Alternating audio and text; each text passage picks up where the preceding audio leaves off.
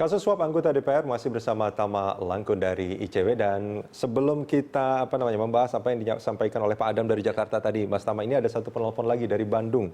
Pak Arifin, selamat pagi Pak Arifin. Selamat pagi. Silakan Pak, responnya soal tema kita Pak. Iya, pertama saya merasa sangat sedih bahwa Indonesia itu adalah negara hukum yang ajas itu adalah equal before the law.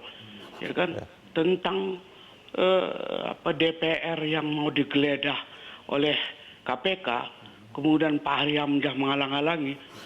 Tiada rumah suci di Indonesia ini kalau sudah melanggar hukum. Jadi hukum itu panglima. Jadi kayaknya ini orang, Pak Fahri Hamzah ini harus dievaluasi nih. Tapi karena kita rakyat ini punya keterbatasan oleh sekat partai politik, ya seharusnya kita berharap partai politik yang mengusung dia ini harus memperhatikan dia ini. Oke. Nah, baik. itu satu ya. Yang kedua itu anggota DPR ini kalau sudah money politik itu dalam ajas hukum pidana itu ada namanya tool. Itu sudah berniat akan mencari sesuatu daripada keanggotaannya. Sesuatu itu apa? Ya ini, suap, korup, segala macam. Sekian. Oke, baik. Terima kasih Pak Arifin dari Bandung. Menarik sekali nih, pernyataannya sangat tegas ya. Terkait apa yang terjadi kemarin waktu pas penggeledahan di PKS ya, betul. Fraksi PKS. Yang itu juga terkait dengan Damayanti kasusnya kalau saya tidak salah. Betul sekali. Ini juga ya, gimana Mas Tama menurut Anda? Apakah memang ada banyak celah sebetulnya yang bisa dilakukan oleh anggota dewan sehingga mereka merasa bahwa kalau melakukan ini tidak apa-apa sebetulnya, walaupun meskipun akhirnya tertangkap tangan juga gitu. Bagaimana Mas Tama? Mungkin karena mereka merasa beruntung ya. Mereka yang tertangkap adalah mereka yang sial mungkin. Atau mungkin barangkali ketika mereka mengeluarkan modal, menggunakan money politik untuk jadi anggota dewan itu, merasa waktu money politik aja aman-aman saja gitu. Jadi seolah-olah itu juga jadi soal sendiri ketika money politik aturannya memang sangat loose sekali di Indonesia ini. Jadi memang ada rentan waktu hanya berapa hari bisa melaporkan setelah kejadian, setelah itu lewat berapa hari dianggap daluarsa, kemudian kalaupun ditemukan nggak ada sanksi apa-apa. Ini yang kemudian celaka di Indonesia soal politik. Nah tapi kembali tadi ke pertanyaannya Pak Adam, menurut saya sangat menarik sekali. Pak Adam masuk ke dalam wilayah yang sangat teknis dan saya yakin Pak Adam mengerti betul soal pengadaan. Dia menanyakan tadi bagaimana kemudian kenapa nggak diatur lebih spesifik dalam konteks pengadaan. Kenapa? Karena tadi ada beberapa aturan-aturan yang justru ini memberikan ruang bagi para pengusaha memberikan ruang untuk mengunci spesifikasi pengadaan. Nah memang ini menjadi modus yang sering muncul dalam korupsi pengadaan. Jadi misalnya ketika ada persyaratan-persyaratan pengusaha lain itu digugurkan karena alasan-alasan yang sangat spesifik yang itu nggak diatur misalnya. Itu sering terjadi. Makanya kemudian sebetulnya pengadaan barang dan jasa di Indonesia sudah semakin baik karena sudah menggunakan e-procurement. Ya walaupun masih ada korupsi, masih terjadi juga manipulasi, itu menurut saya hal-hal yang memang tidak bisa hilang 100%. Jadi sistem yang sekarang itu sebetulnya sudah mengcover soal itu. Makanya kemudian pertemuan tatap muka antara panitia dengan pengusaha sudah berkurang. Kemudian juga harga-harga tadi yang dikatakan seperti estimasi keuntungan, estimasi kerugian, margin segala macam, sebetulnya juga sudah diperhitungkan dengan baik. Pak Agus Raharjo, Ketua KPK yang sekarang, dia kemudian yang mendevelop sistem ini. Jadi misalnya ketika ada pengadaan barang dan jasa, dia sudah ukur kontrak payungnya seperti apa, kemudian berapa sebetulnya biaya yang normal itu berapa. Itu sudah ada keuntungan dari pengusaha, tapi negara juga nggak rugi dari pembelian tersebut. Itu sudah diperhitungkan dengan baik. Nah, memang yang jadi soal tadi, ini prosesnya di hulu. Pak Adam bicara di hilir pengadaannya. Tapi ini kalau ngomongin korupsi yang hubungan sama anggaran, pasti akan berrelasi antara hulu sama hilir. Karena dia ngurusin anggaran, gimana caranya biar diatur sehingga kayaknya dari hulu sampai hilir itu banyak sekali celahnya sebetulnya. Betul, banyak sekali celah yang memang ini nggak akan bisa cepat dibereskan karena ini kecenderungan negara-negara berkembang korupsi pengadaan infrastruktur ini. Iya, karena proses pembangunan banyak sekali sebetulnya. Mas Tama, tapi kan menarik tadi yang juga disampaikan oleh Pak Arifin.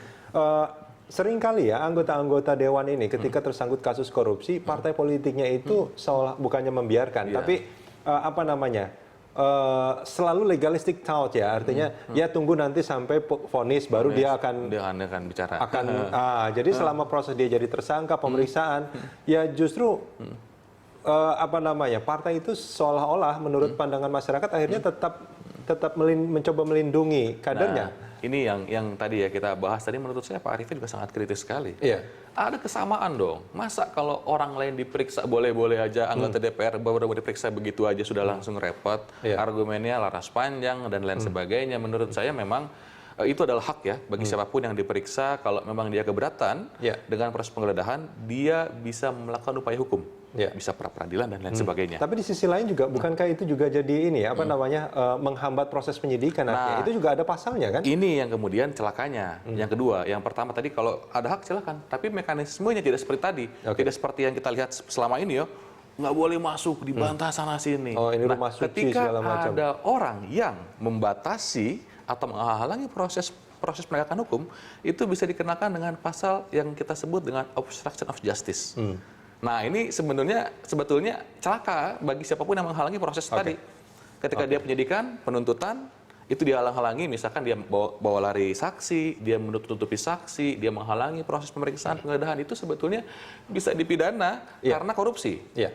Nah, Mas Tama, kalau kita melihat apa yang terjadi, Angelina Sondah misalnya, itu betapa hukumannya akhirnya sangat berat ketika di MA gitu ya.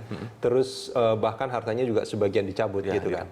Itu kan hukuman yang sangat berat sebetulnya. Terus ada beberapa kasus lain juga yang hukumannya juga berat.